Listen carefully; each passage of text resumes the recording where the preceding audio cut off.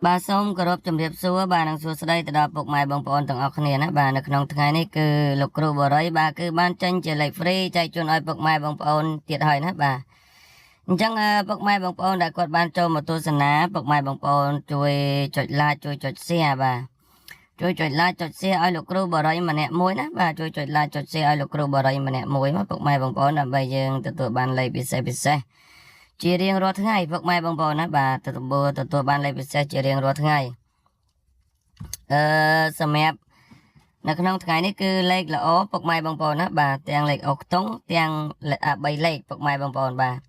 និយាយទៅគឺល្អទាំងលេខធំល្អទាំងលេខតូចពុកម៉ែបងប្អូនបាទឥឡូវយើងមកផ្ទៀងផ្ទាត់សម្រាប់លទ្ធផលកាលពីម្សិលមិញណាបាទគឺវាស៊ីមួយលេខពុកម៉ែបងប្អូនបាទតើឥឡូវយើងខ្ជិលនិយាយអីច្រើនពុកម៉ែបងប្អូនបាទដោយសារតែបើវាស៊ីមួយលេខហើយហ្នឹងពុកម៉ែបងប្អូនណាបាទបើវាស៊ីមួយលេខហើយពុកម៉ែបងប្អូនស្ដាយបាទនិយាយទៅគឺបានត្រឹមតែមួយស្ដាយព្រោះអីវាប្រហែលថ្ងៃនេះដូចជាវារៀងកន្លុកបន្តិចទេពុកម៉ែបងប្អូនបាទប៉ុន្តែអត់អីទេ